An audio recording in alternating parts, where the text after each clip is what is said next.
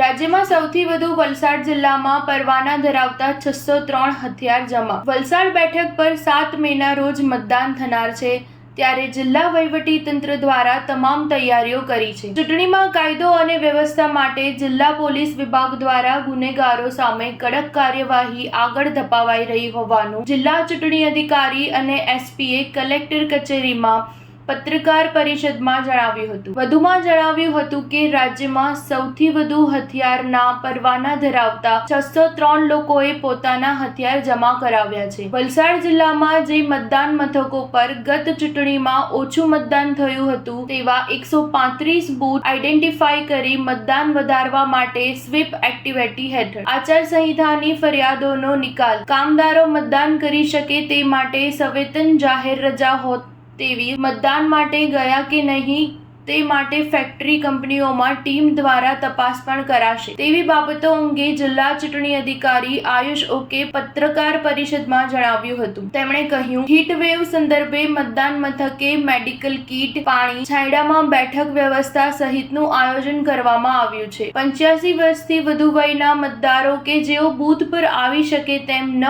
હોય તેઓને ઘરે જઈને મતદાન કરાવવાની કામગીરી પણ શરૂ થઈ ચૂકી છે. દિવ્યાંગ મતદારોને બૂથ પર મદદ મળી રહે તે માટે એનસીસીના 18 વર્ષથી નીચેના કેડેટ પણ સેવામાં હાજર રહેશે. 4 ન્યૂઝ 7 હંમેશા સચ્ચાઈની સાથે.